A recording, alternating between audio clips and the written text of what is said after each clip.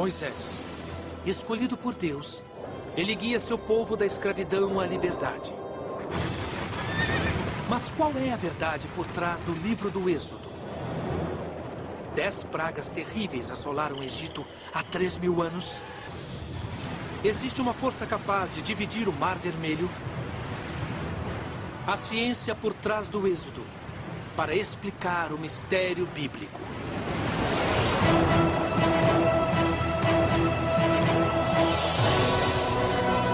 A Bíblia, uma escritura sagrada para bilhões de pessoas, cheia de milagres e mistérios.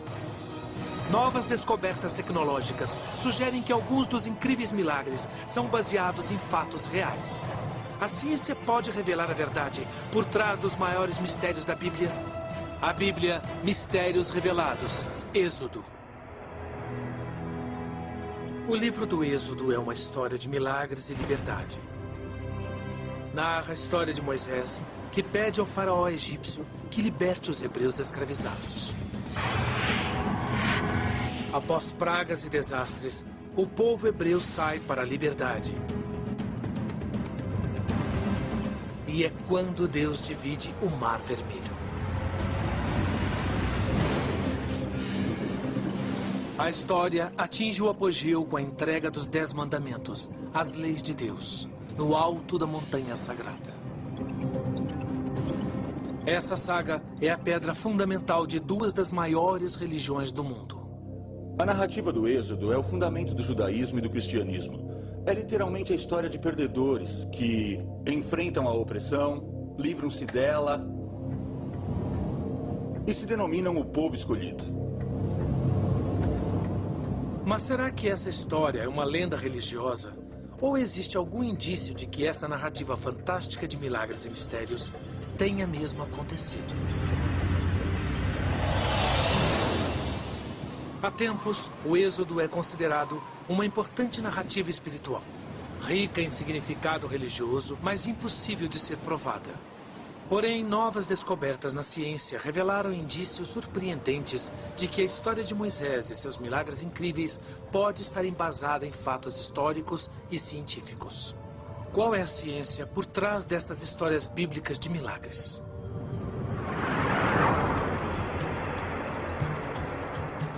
Para investigar esta questão, temos que começar com o único texto que existe: o livro do Êxodo da Bíblia hebraica. A história começa com o povo hebreu escravizado no Egito. A Bíblia não menciona a data deste período, e entre as descobertas da arqueologia egípcia, não há menção a escravos hebreus. Entretanto, há um indício que pode estabelecer o cronograma para a história de Moisés e o Êxodo. No Museu Egípcio do Cairo, alguns dizem que existe um sinal. Uma evidência física que pode provar a veracidade dessa história épica.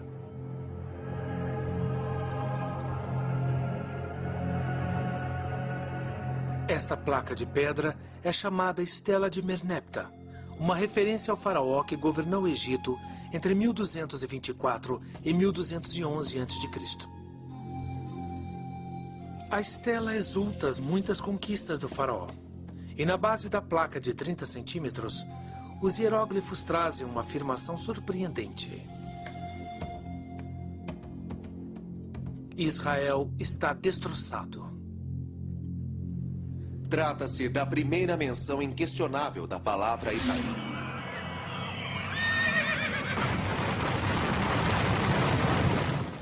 Claro que os vitoriosos sempre dizem que destruíram tudo. O que não significa que a coisa deixou de existir. Mas isso mostra que a terra de Israel já existia naquela época. Comparando a linha do tempo egípcia com a bíblica, a data do Êxodo começa a surgir. A Bíblia relata que Israel foi estabelecido 40 anos após os acontecimentos descritos no livro do Êxodo. Se a estela estiver correta, então isso demonstra que os hebreus estavam vivendo na Terra Prometida, a terra de Israel, por volta de 1211 a.C., Portanto, o êxodo deve ter acontecido antes dessa data. Não há outra menção de Israel ou escravos hebreus nos registros egípcios. E a Bíblia não menciona o nome do faraó que governava o Egito no tempo de Moisés. Mas a Bíblia nos diz o que os hebreus estavam fazendo no Egito. E isso pode ser a chave para a descoberta de mais evidências. O livro do Êxodo diz: reconstruíram para o faraó as cidades armazéns de Pitom e Rameses. Será que essas duas cidades podem ser encontradas? Caso possam, isso nos daria mais indícios da escravização dos hebreus e do êxodo.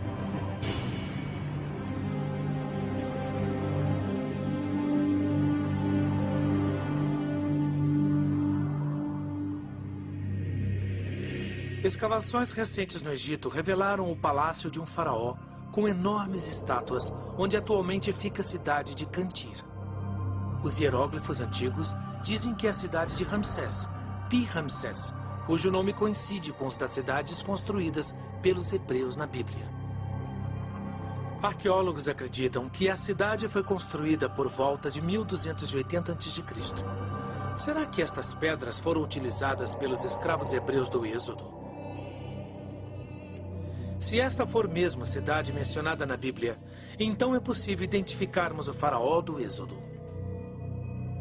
A construção foi feita por Ramsés II. E Ramsés II provavelmente iniciou seu reinado por volta de 1280 a.C. Isso nos dá uma cronologia para o Êxodo em algum momento entre a construção da cidade de Ramsés em 1280 a.C.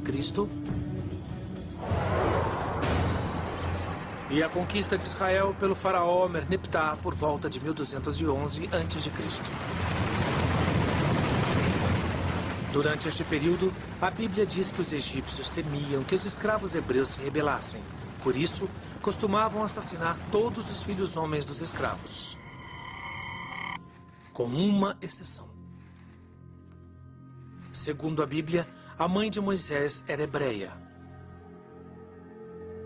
Para salvar a vida de seu filho, ela colocou a criança num cesto de papiro e o lançou nas águas do rio Nilo.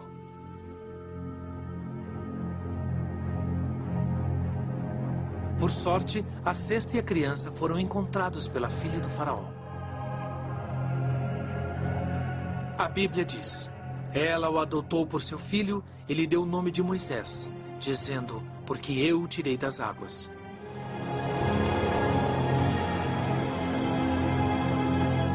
O nome Moisés, em hebraico, significa retirado, salvo.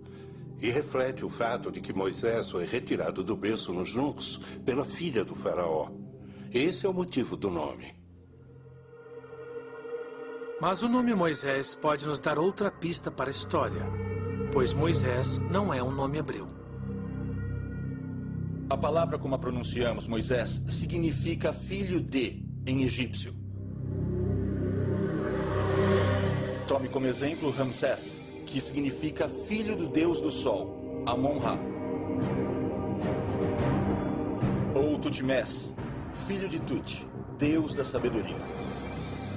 Uma das formas de entender o nome de Moisés é que ele foi batizado como filho de um dos deuses egípcios. Mas assim que passou a acreditar no Deus único de Israel, ele abriu mão desse nome e usou somente Moisés. Quando se tornou adulto, Moisés testemunhou seus irmãos hebreus escravizados pelos egípcios. Segundo a Bíblia, quando Moisés viu um egípcio maltratar e matar um de seus irmãos hebreus, vingou-se e matou o homem. A ação tempestuosa não só mudou sua vida, mas teve influência no destino de todo o seu povo. A Bíblia diz: Moisés fugiu para longe do faraó e se refugiou nas terras de Midian.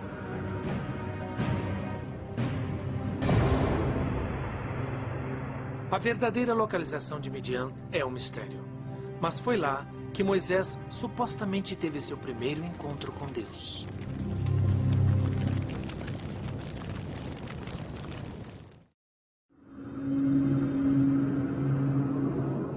livro do Êxodo, Moisés deixa o Egito após assassinar um feitor cruel. Segundo as Escrituras, Moisés buscou refúgio em Midian, cuja localização exata nunca foi clara. Estudiosos costumam localizar Midian em algum ponto da península do Sinai, no Egito. A Bíblia diz que Moisés fez a primeira visita ao sagrado Monte Sinai quando estava exilado. Se o Monte Sinai fica na península do Sinai, então Midian também devia ficar lá. Além disso, a península se estende pelo Golfo de Suez, longe o bastante do Egito para servir de refúgio para um assassino fugitivo. Mas o professor Colin Humphreys, da Universidade de Cambridge, discorda. Ele acha que Midian não fica onde muitos acreditam.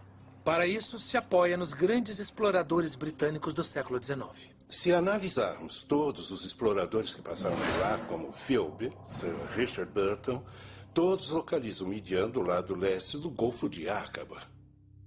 Antigos mapas de rotas comerciais descrevem uma terra chamada Madian, onde fica a Arábia Saudita. Os primeiros escritores cristãos falavam de uma terra chamada Madian, ou Midian, a leste do Mar Vermelho. Sendo um assassino fugitivo, Moisés deve ter viajado quase 500 quilômetros para ir do Egito até Midian. A Bíblia diz: "E o Senhor apareceu para ele numa chama de fogo que saía do meio de uma sarça. E Moisés viu que a sarça ardia sem se consumir." A sarça ardente é uma imagem estranha de Deus. Tão estranha e específica que alguns cientistas acreditam que pode ser baseada em fatos. Arbustos não pegam fogo espontaneamente, a não ser em certas regiões. Se houver um duto vulcânico debaixo de um arbusto, aí o gás quente pode subir e o arbusto vai pegar fogo.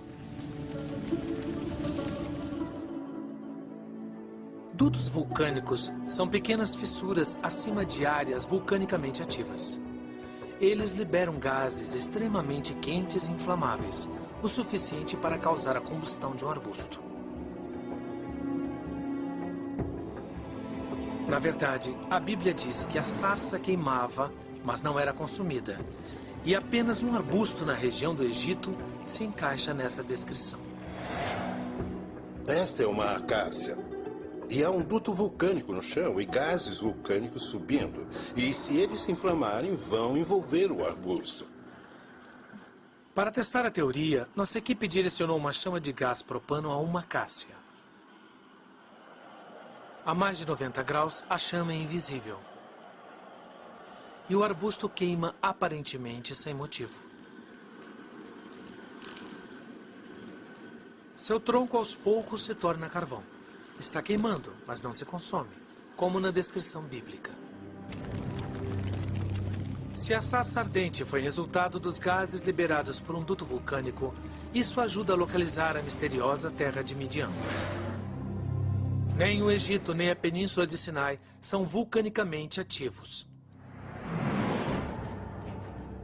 Os vulcões mais próximos ficam aqui, nas cadeias montanhosas da Arábia Saudita, na Grande Fossa Africana.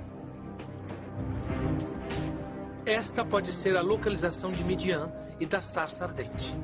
E a localização é importante, porque Moisés se lembrará dela quando comandar a libertação de seu povo. Quando Deus fala dentro da sarça ardente, diz para Moisés voltar ao Egito e liderar os escravos hebreus para a liberdade. Moisés volta para sua terra de origem, onde procura o faraó e diz: "Deixe meu povo ir."